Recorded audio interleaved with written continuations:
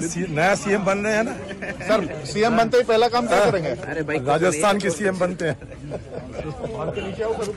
राजस्थान विधानसभा चुनाव में बीजेपी को प्रचंड बहुमत मिलने के बाद अब सारी माथापच्ची सीएम पद को लेकर चल रही है। चुनाव के नतीजे आए हुए 48 घंटे बीत चुके हैं, लेकिन अभी तक ये साफ नहीं हो पाया है कि राजस्थान का मुख्यमंत्री कौन बनेगा। मंथन जारी है। सीएम की रेस में पूर्व सीएम वसुंधरा राजे के अलावा राज परिवार से आने वाली दिया कुमारी, केंद्रीय मंत्री अर्जुन मेघवाल और गजेंद्र सिंह समेत कई नाम हैं, लेकिन जिस नाम की चर्चा सबसे ज्यादा है वो है बाबा बालकनाथ। तुजारा विधानसभा सीट से विधायक और राजस्थान के योगी के रूप में मशहूर बाबा बालकनाथ को आलाकमान ने दिल्ली बुलाया है। इसी के साथ उनके सीएम बनने की अटकलें भी तेज हो गई हैं। नई दिल्ली में इस वक्त संसद का शीतकालीन सत्र चल रहा है। अलवर से सांसद बाबा बालकनाथ भी संसद का सत्र अटेंड करने पहुंचे हैं। सोमवार को लोकसभा में उनकी मुलाकात कांग्रेस सांसद अधीर रंजन चौधरी से हुई। इससे जुड़ा एक वीडियो सोशल मीडिया पर वायरल है। इस वीडियो में बाबा बालकनाथ सदन से बाहर निकल रहे हैं, तभी वहीं पर मौजूद अधीर रंजन चौधरी उनकी ओर इशारा करते हुए हल्के फुल्के अंदाज में कहते हैं, राजस्थान के नए सीएम बन रहे हैं ना। बालकनाथ मुस्कुराते हैं। उसी समय वहीं खड़े एक और व्यक्ति बालकनाथ से पूछते हैं, सर राजस्थान के नए सीएम बनते ही पहला काम क्या करेंगे। इस पर बाबा बालकनाथ फिर मुस्कुराते हुए कहते हैं, अरे भाई कुछ नहीं। 39 साल के बाबा बालकनाथ रोहतक के स्थल बोहरनाथ आश्रम के 8वें महंत हैं। इसके अलावा वे उसी नाथ संप्रदाय से हैं जिससे यूपी के सीएम योगी आदित्यनाथ आते हैं। ऐसे में बालकनाथ के सीएम बनने की संभावना को लेकर हमने राजस्थान की राजनीति पर पारखी नजर रखने वाले वरिष्ठ पत्रकार त्रिभुवन से बात की। उन्होंने कहा, नई रणनीति है, उसमें वो लोग धार्मिक लोगों को तो आगे ला ही रहे हैं। धार्मिक के साथ साथ वो उन्होंने एक सोशल इंजीनियरिंग अलग किया है कि उनके जो बाबा लोग हैं वो किसी एक धर्म से तो संबंधित हैं ही, लेकिन वो किसी एक जाति से नहीं है, वो अलग अलग जाति से हैं। कोई उनमें यादव है, कोई ब्राह्मण है, कोई जाट है, कोई क्षत्रिय है। तो इस दृष्टि से जो ओबीसी का मसला आया है, जैसे अमित शाह ने पिछले दिनों जब ये तेलंगाना में चुनाव हुआ और उन्होंने कहा कि अगर हमारी सरकार आती है तो हम ओबीसी का मुख्यमंत्री बनाएंगे, इसी तरह से राजस्थान में वो ओबीसी का प्रतिनिधित्व करते हैं। वो यादव जाति से हैं, वो अलवर जिले के हैं। जब वो 6 साल के थे तभी से वो नाथ संप्रदाय में दीक्षित हो गए थे।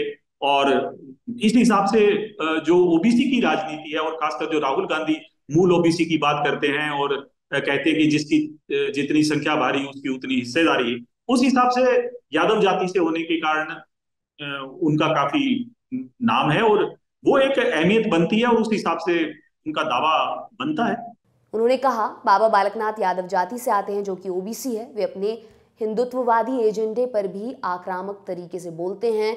ऐसे में बालकनाथ जातिगत और हिंदुत्व दोनों एजेंडे में फिट बैठते हैं। इसके अलावा वे बोहरनाथ आश्रम के महंत हैं जिसका प्रभाव हरियाणा में काफ़ी है। वे नाथ संप्रदाय से हैं जिसका प्रभाव पंजाब, उत्तराखंड और यूपी में है। ऐसे में उनको सीएम बनाए जाने की अटकलें सबसे ज़्यादा तेज हैं। बाबा बालकनाथ का एक वीडियो वायरल हो रहा है जिसमें वे राजस्थान के गुंडों को प्रदेश छोड़ने के लिए कह रहे हैं। 3 दिसंबर को राजस्थान चुनाव का रिजल्ट आया, लेकिन उसी दिन एक महत्वपूर्ण आंकड़ा भी सामने आया। एनसीआरबी ने अपराध को लेकर आंकड़े जारी किए हैं। इसमें महिलाओं के खिलाफ होने वाले अपराध में राजस्थान सबसे टॉप पर है। इसका मतलब है कि राजस्थान में कानून व्यवस्था एक समस्या है। ऐसे में बाबा बालकनाथ की दावेदारी क्या मजबूत हो सकती है।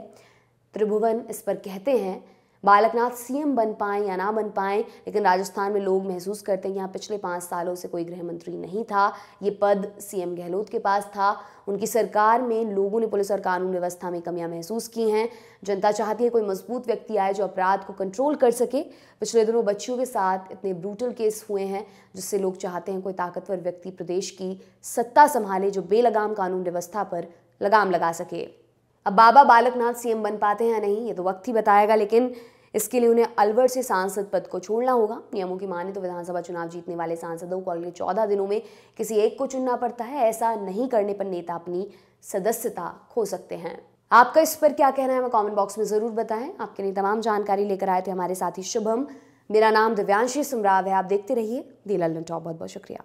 नमस्ते दोस्तों, मैं हूं गरिमा और उम्मीद करती हूं कि आपको सनराइज मसालों के साथ बिहार की हमारी यात्रा लपलप स्वाद बिहार का पसंद तो आ रही होगी। इस जर्नी ने मुझे इस इतिहास से भरे प्रदेश का असली स्वाद जानने का मौका दिया। आप लोग भी हर रविवार को लपलप स्वाद बिहार का एक नया वीडियो देखिए सनराइज बिहार के इंस्टाग्राम और फेसबुक हैंडल पर जाइए और जवाब दीजिए एक आसान से सवाल का। आपको अपना जवाब कमेंट करना है और आप जीत सकते हैं आईफोन, टैबलेट और सनराइज हैम्पर्स। नीचे दिए गए हैंडल्स पर जाइए और हर हफ्ते अपने जवाब कमेंट्स में बताइए।